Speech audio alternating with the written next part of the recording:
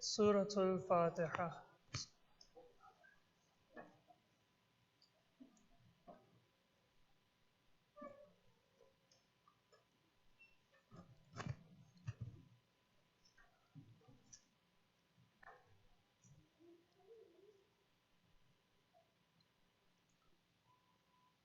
أعوذ بالله من الشيطان الرجيم. بسم الله الرحمن الرحيم.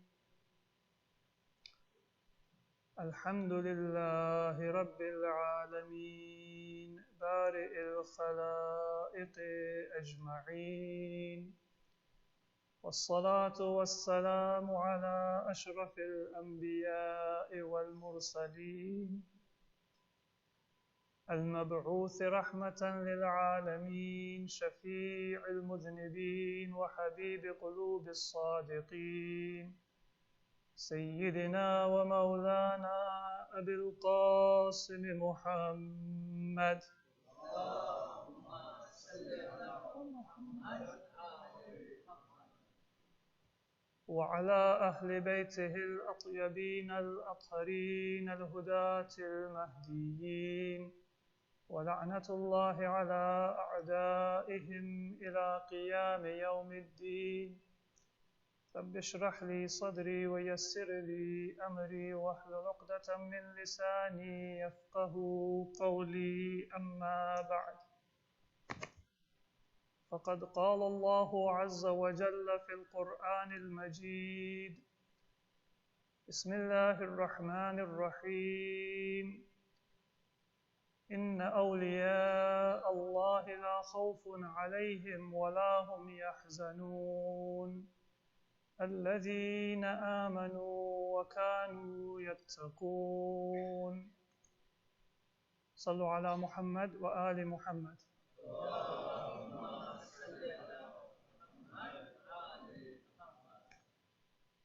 Respected brothers and sisters, Assalamu alaikum wa rahmatullahi wa barakatuh. We are gathered here, as you know, on the eve of the second night of Muharram. Already the first day of the month of Al-Muharram al-Haram has passed, and we are now commemorating the tragic events, the martyrdom, the sacrifice, the life, the mission of our beloved Imam Sayyid al-Shuhada Husayn ibn Ali, Sallu ala Muhammad wa ali Muhammad,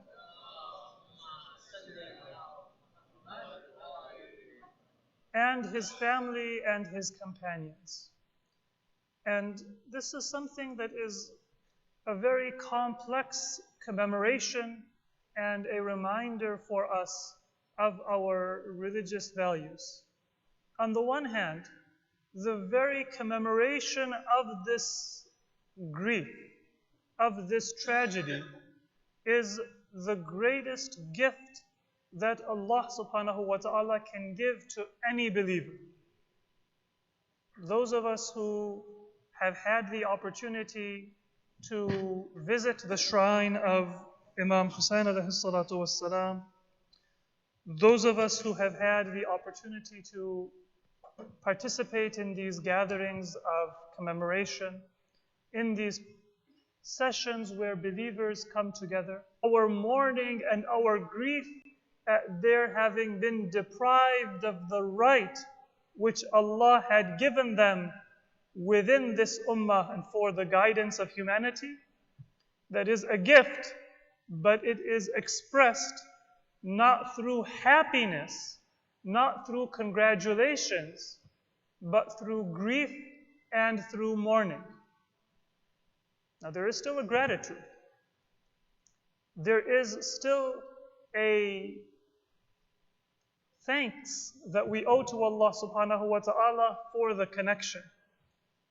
But there is a certain manner in which we are to honor and to observe that connection.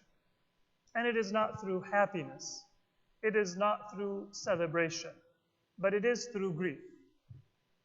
And to understand how it is that we are to combine gratitude to Allah that He has given us this grief, at the same time as we are to be saddened. That is the challenge that we have every year in the month of Muharram. Believers look forward to the crescent of Muharram. But when they see the crescent in the sky, that which they were looking forward to brings tears to their eyes. The sweetest memories that many believers have of their childhood is when their families would bring them to majalis and gatherings of mourning for Imam Hussain alayhi salatu wassalam. But those sweet memories are not ones that are associated with smiles and laughter. They are associated with grief. And the wisdom of that, the beauty of that, is that it is because we as human beings have a great crisis, a great challenge within our existence and within our societies. We have a separation from the ideal that Allah subhanahu wa ta'ala wanted us to uphold. I, as an individual, have a distance from the ideal character, knowledge, practice that Allah wants me to uphold. We as a community, as an ummah and a religious community, and all of humanity, we have a grave separation from what Allah subhanahu wa ta'ala wanted us to be. Sallu ala Muhammad wa alim.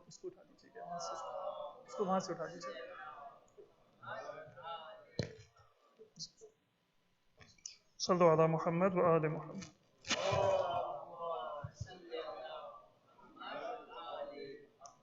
And it is because of that separation that we have to have a reminder always of the journey that we have to traverse, that distance that we have to cover in order to reach our purpose, in order to reach our potential, in order to reach our goal with success, to achieve salvation.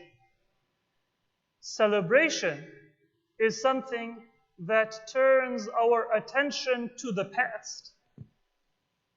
But the grief that we have for Ahlul Bayt is not a grief about the past, and it is not a historical remembrance, but it is a grief that transcends time and history and past and present and future, and speaks to our condition as human beings and our intrinsic need to remain connected to a source of guidance from Allah subhanahu wa ta'ala in order to be able to achieve salvation.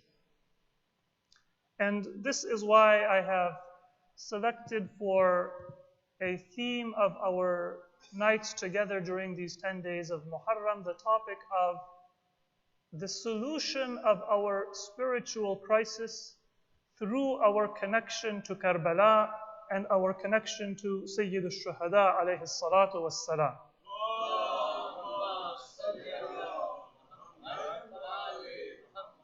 That is the essential question that you and I need to examine and discover in order to be able to derive benefit from these gatherings and from this mourning. For some people, it is a ritual. For some people, it is a historical event.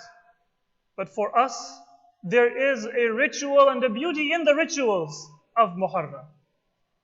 There is a history and there is a great meaning and a great beauty in the history of Muharram. But if you want to find one way to connect to Imam Hussain, then it is not just through the rituals, and it is not even through the history. If you have in one hand, a book of the history of Karbala. And it is the best researched and the most accurate history of what took place as far as it has been narrated in historical sources. And you have in another book poetry written by somebody who believes in Karbala and is a devotee of Imam Hussein. Now, there might not be a great deal of fact reflected in that poetry. It should not contain inaccuracies. It should not contain falsehoods. But the focus of the poetry is that connection and that love. And so it moves beyond what took place in order to try to understand the significance of what took place. The history will often have to come to a footnote and say we don't have good sources. And so between, say, this time on Ashura and this time on Ashura, I don't know exactly what took place. Or sometimes it might be the case that we have two different narrations. That, for example, Aun and Muhammad, they were either this age or they were that age. And if you have a historical view, that comes to a dead end. Because you might be able to resolve it, or you might not be able to resolve it. And so you'll have to put in a footnote that I don't know exactly what order the martyrs went forward and gave their sacrifice on Ashura. I don't know exactly how old Aun or Muhammad or Muslim ibn Awsaja or other martyrs were. I don't know exactly what the sequence of some of the events was. But if you look at it from the perspective of the meaning of the poet, then he or she doesn't need to know all of those details. We have a connection to those ma'asumeen, many of the details of whose lives we will not be able to reconstruct. The daughter of the Prophet Fatima Zahra, salamullahi alayha,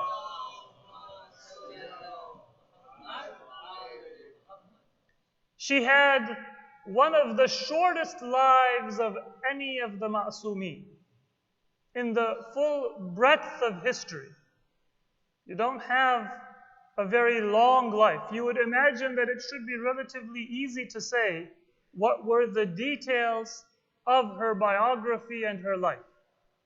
It's not a very long period where you have certain gaps. It was largely in the full view of the spread of Islam, and yet we have very few details about how she lived her daily life. Certain ahadith, certain du'as, certain memories from her children are preserved for us. But in order to be able to construct a spiritual biography, or I should say a connection to Lady Fatima salamullahi alayha, all you need to know is that the Prophet said that she is Ummu Abiha. She is like a mother to her father. All you need to know is that she was held in such high esteem by the Prophet that whenever he would leave Medina, all of his relationships, all of his family members, all of his other responsibilities were considered less significant and important to him than his connection and his relationship and his responsibility to Lady Fatima. She was the last one that the Prophet would visit when he would leave, and the first one that he would visit when he would return. That tells you all you need to know about the importance of Lady Fatima.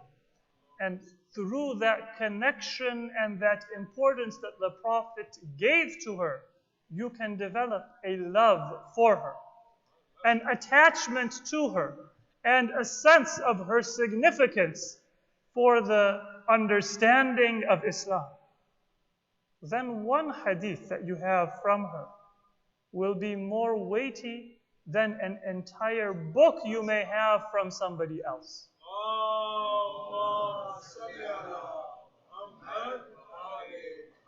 Because you will know that that one sentence, that one dua has come from somebody who had captured the admiration and the attention of the greatest human being who ever walked on the face of the earth, before whom even the other prophets of Allah would bow their heads and say that He is our guide and our master.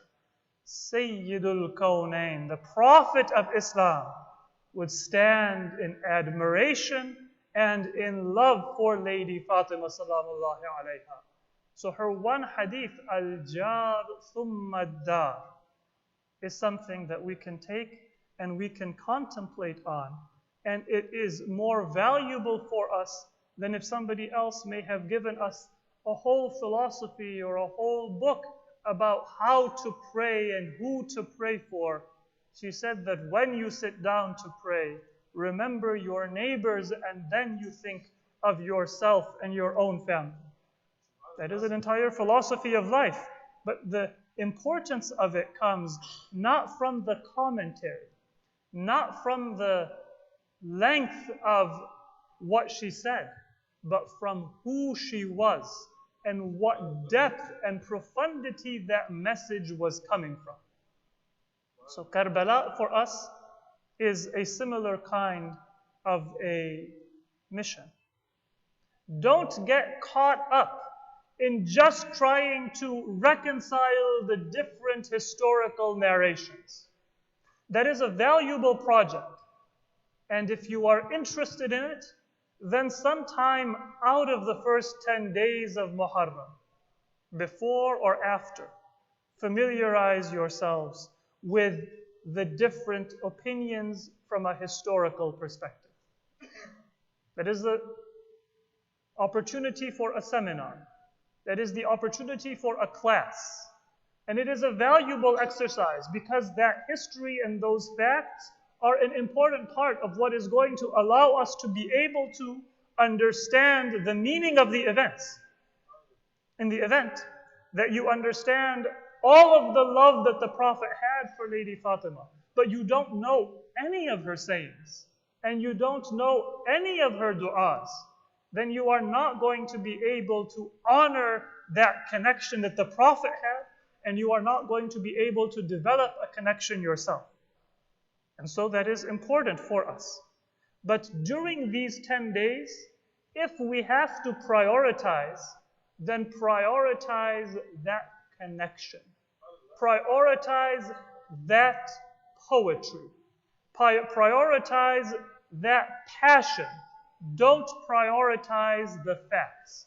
And don't let the unclarity of some facts distract you from the clarity and the profundity of the spiritual message that Karbala has.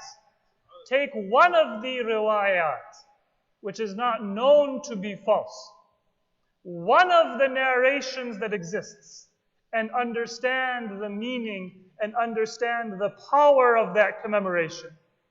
And later on, you can add and deepen your understanding of the historical events and their chronology and the different opinions that may exist. This is illustrated in a hadith of our 8th Imam, which pertains to this beginning of the month of Muharram.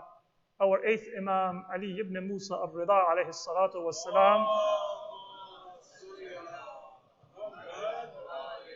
he says that when the crescent of the month of Muharram was seen, then my father would not be seen in his normal state.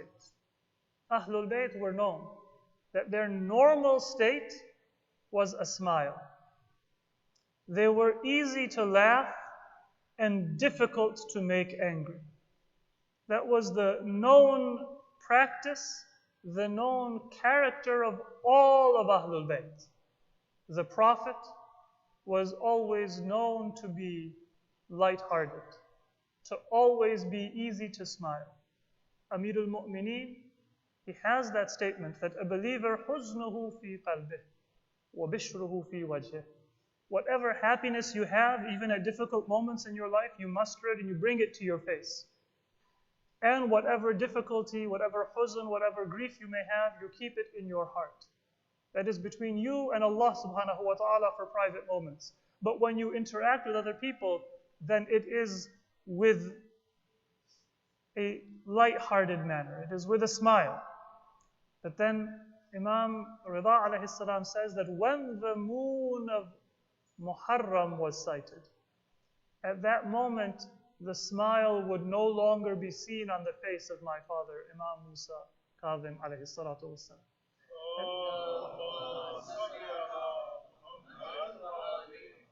That was a time for his grief. And then day by day that grief would build. The first of Muharram he would not smile. The second of Muharram his grief would build. The third of Muharram it would build even further. Until the 10th day of Muharram, and it was as if tragedy had just struck the household of the Imam. You would not know that decades or more than 100 years had passed since the events of Karbala. It was as if the Imam was seeing it and experiencing it just before his own eyes. In that very beautiful way, Imam Rida has encapsulated what it means to connect during these 10 days of Muharram, not with Karbala as a historical event, but as a matter for our identity and our passion and our connection. We feel that this is part of our life, not just something that we learn about or we study, but that we experience and that we have to partake of. And so this is what we will try to do over the next 10 nights. Now, when we want to understand the significance of Karbala, there's many different levels of that connection and that significance that we can try to understand. Karbala is a beautiful lesson for us in spiritual terms. It is a beautiful lesson for us in political terms. It is a beautiful lesson for us in every avenue and every facet of Islamic discipline and learning.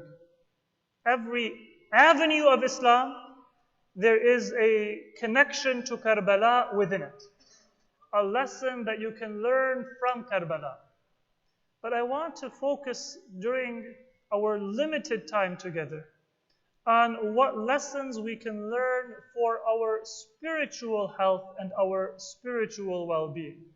And I termed that a spiritual crisis.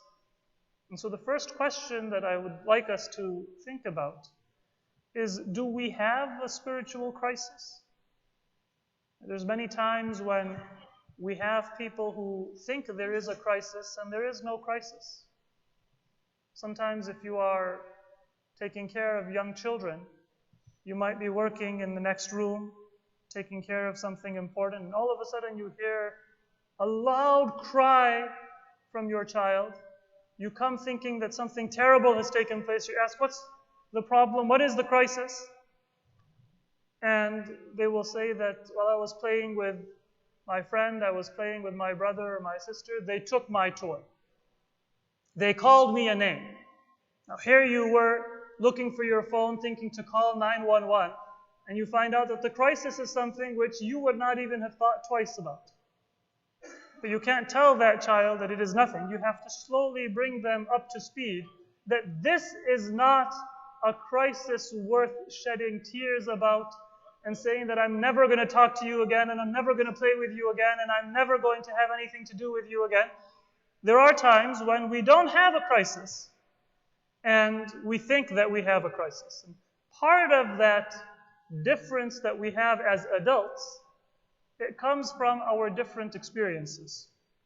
It comes from the different environments that we inhabit. Right now, there are some people in this country who will say that we have a crisis about the climate and the environment, and it should keep us awake at night. And there are other people who say that don't worry about it. There is no such thing as a human influence on the climate. It's all fake news. There are some people who are very concerned about the crisis of healthcare and how many people lack and how many people have inadequate healthcare. And there are other people who say that that's not a crisis, it's not a problem. It's made up. We have the very best healthcare system in the world, and anybody can get treatment if they need it in an emergency room. Emergency rooms can't turn you away because you lack insurance. It's a made-up crisis. Now, it might be difficult to imagine somebody saying that, but in the recent past and even today, you will find that there are people who say that there is no healthcare crisis in this country. There is no crisis about law enforcement and criminal justice. That is just something that is a matter of propaganda. But for other people, they know and they appreciate that this is something very real and very important. And so the first challenge that we have to overcome is to understand that should we think of our spiritual state as a crisis, or should we think of it as a potential problem, maybe somewhere over the horizon? I should be careful about it, but I shouldn't be that worried about it. It shouldn't keep me awake. I would say, is it like the climate? But the climate can be all of those different degrees of importance depending on who you are and what information you have access to and what information you believe. And then if you scratch a little bit further beneath the surface, you find that within our communities we have different responses about these symptoms that we see. You go to a wedding.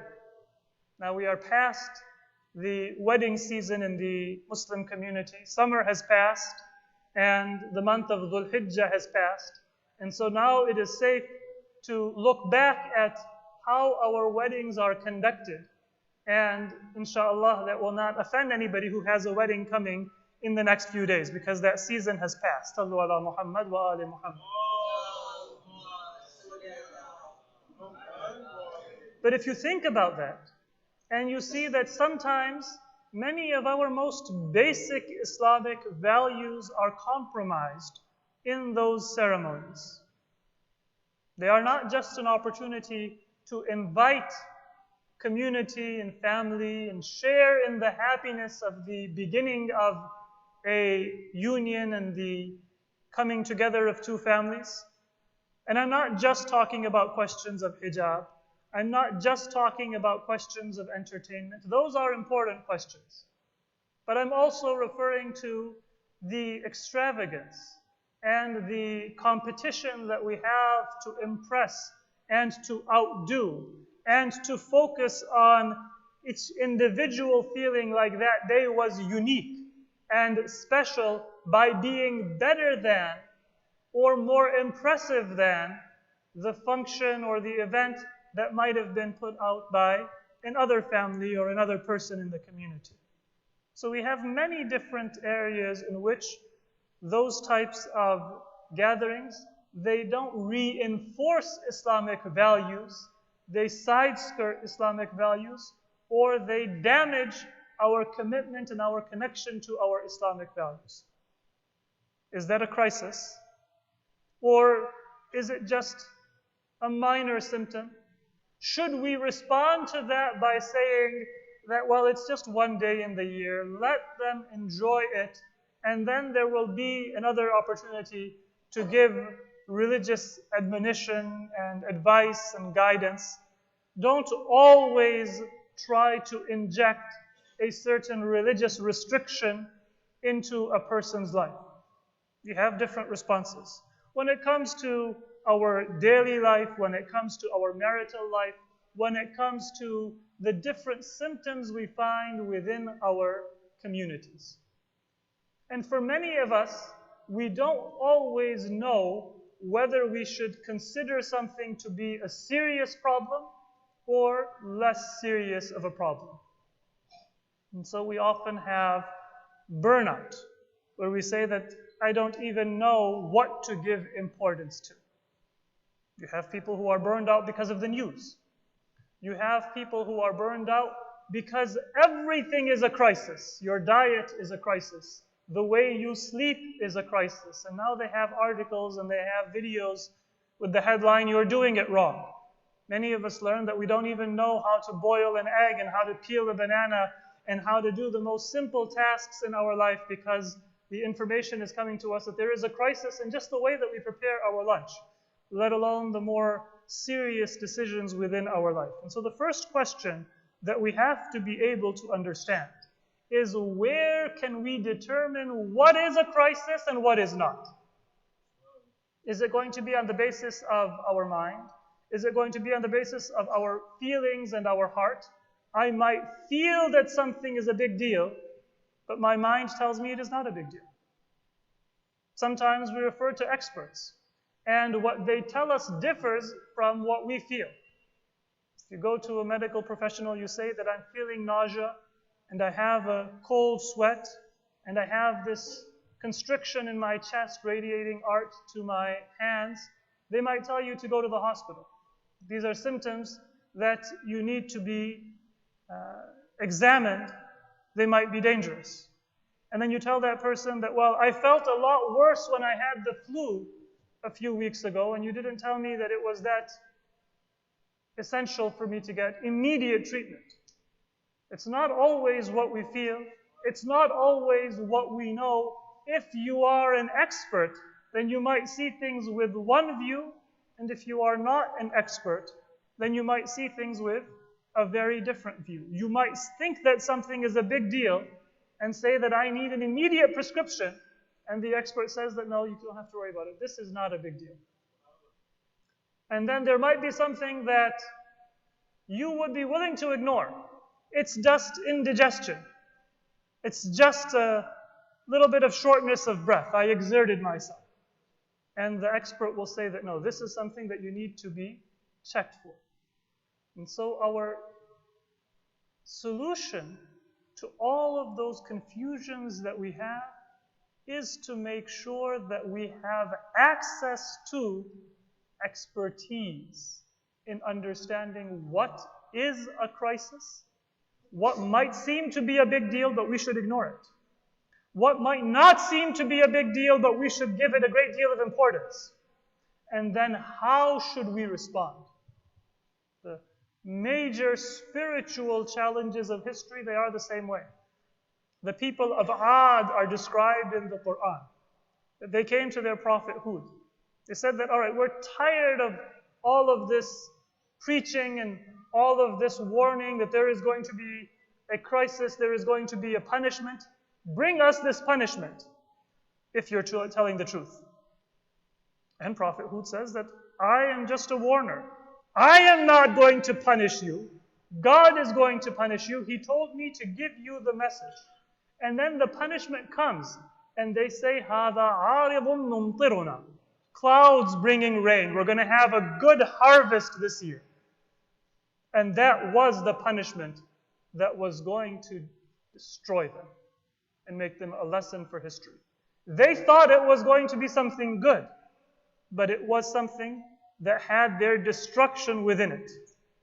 Or the son of Prophet Nuh. The Quran says that the flood had already begun. This is not just the first drops coming out of the oven. This is not just the first drops of rain, but the Safina of Prophet Nuh, the ship, was carried over waves that were like mountains. Tempestuous waves, a tsunami. And Prophet Nuh saw his son in the distance, and he said, join us on the ship. And he said, Sa'awi ila jabalin ya'simuni min al-ma.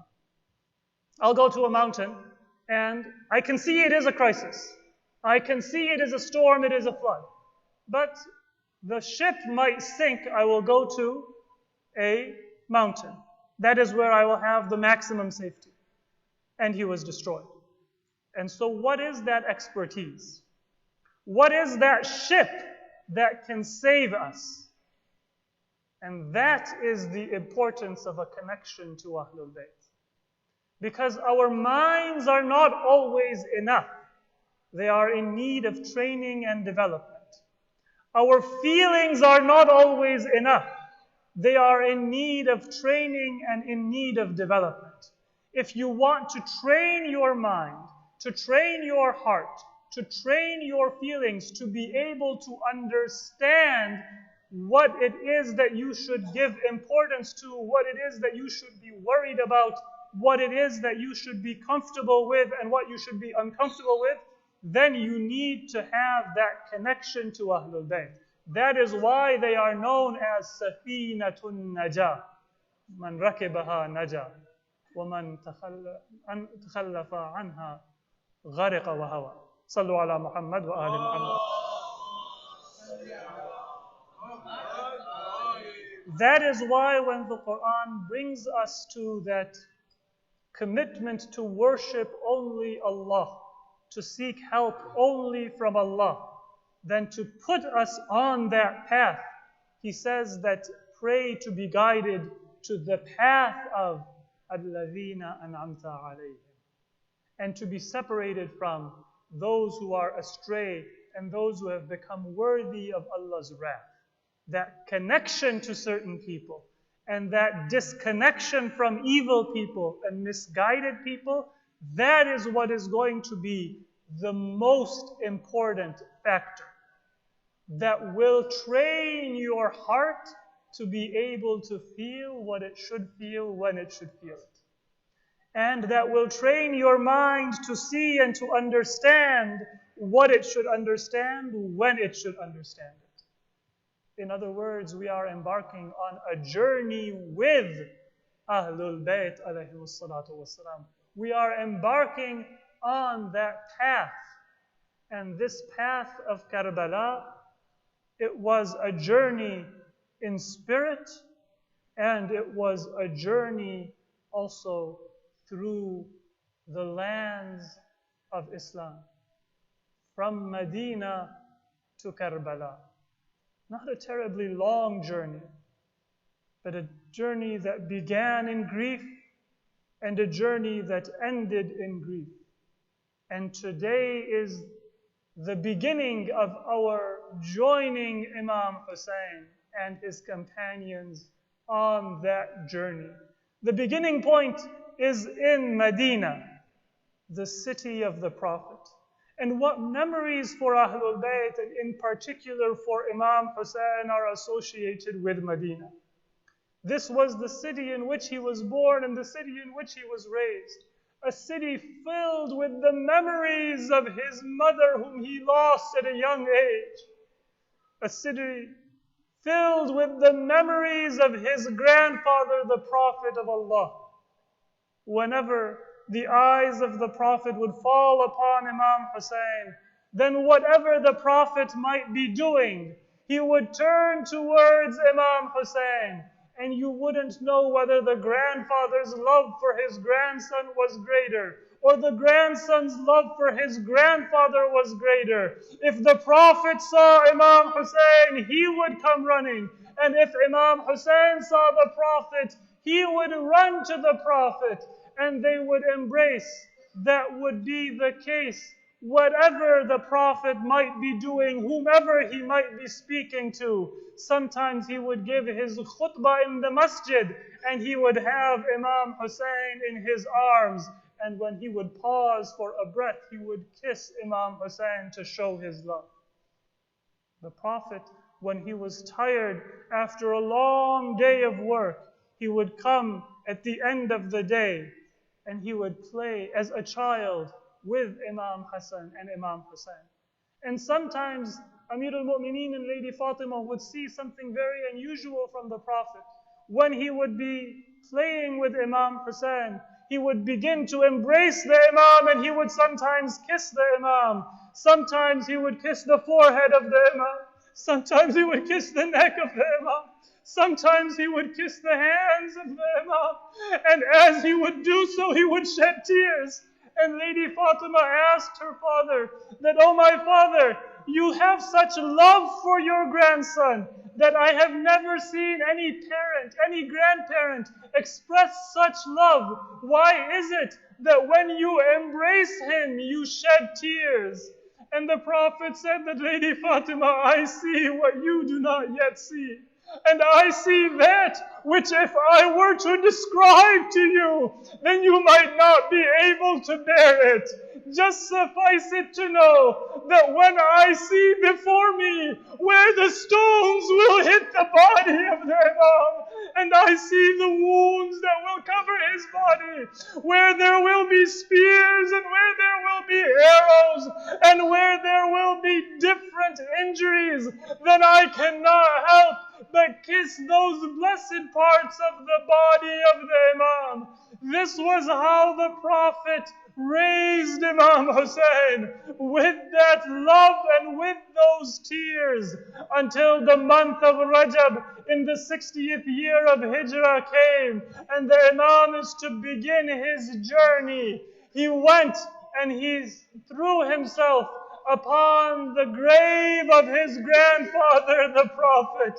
But now there was no embrace, because the Prophet was in the grave, and the Imam threw himself and said, Ya Rasulallah, this is your city and a place of safety, a sanctuary for all Muslims.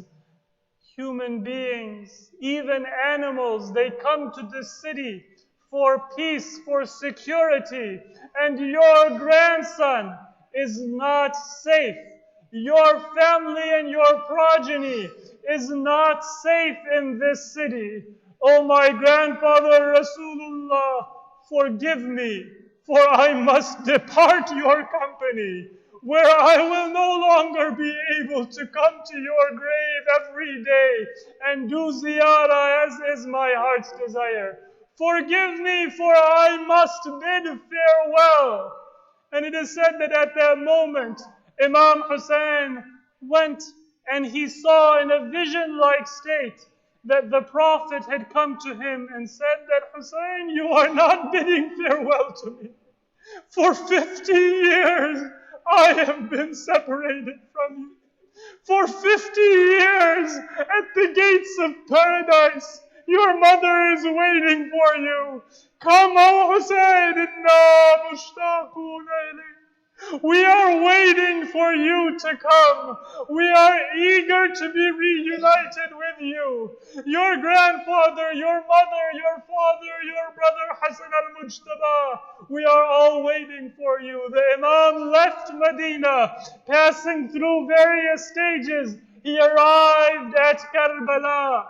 And you know that when the Imam arrived at Karbala, his horse refused to go beyond that point. According to some narrations, the Imam asked the people, what is this land? They said that it has many names. Ghadiriyya, Nainawa, Shattul Furat. Until the Imam said, is there any other name by which this land is known? And somebody said, they call this land Karbala. And the Imam said, A'udhu billahi min al-karbi wal-bala. This is the land that my grandfather promised to me.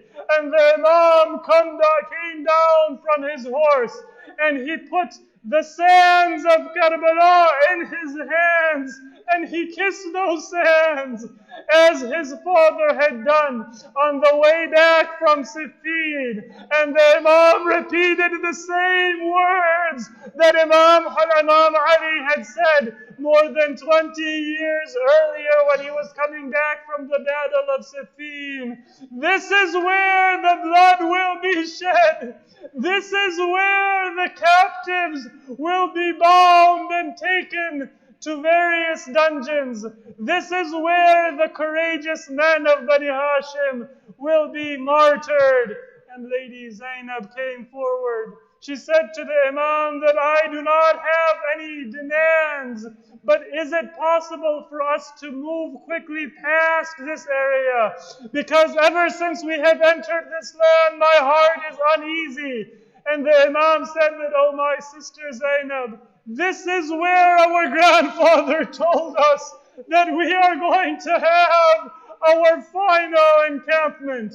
But the Imam was sensitive to the grief of Zainab. He would have said, "Oh Abbas, come. Oh Ali Akbar, come. Oh no Muhammad, come. Surround my sister Zainab so she doesn't feel like she is alone." As Lady Zainab disembarked from her horse, then she would have had Abbas on one side, Ali Akbar on the other side. They would have brought her to where her tent was going to be set up. They would have put her with dignity and with honors in that place where she was going to spend the coming nights. I can only imagine how Lady Zainab must have looked towards their bodies on the 11th of Muharram and said, "Oh Ali Akbar, oh Abbas, oh Ana Muhammad, you who came with such honors to let me find my camp. Now I am embarking on my horse once again. Where are you to show me which way I should face and how I am to make that journey to Kufa? Inna lillah wa inna ilayhi raji'un. وسيعلم الذين ظلموا أي منقلب ينقلب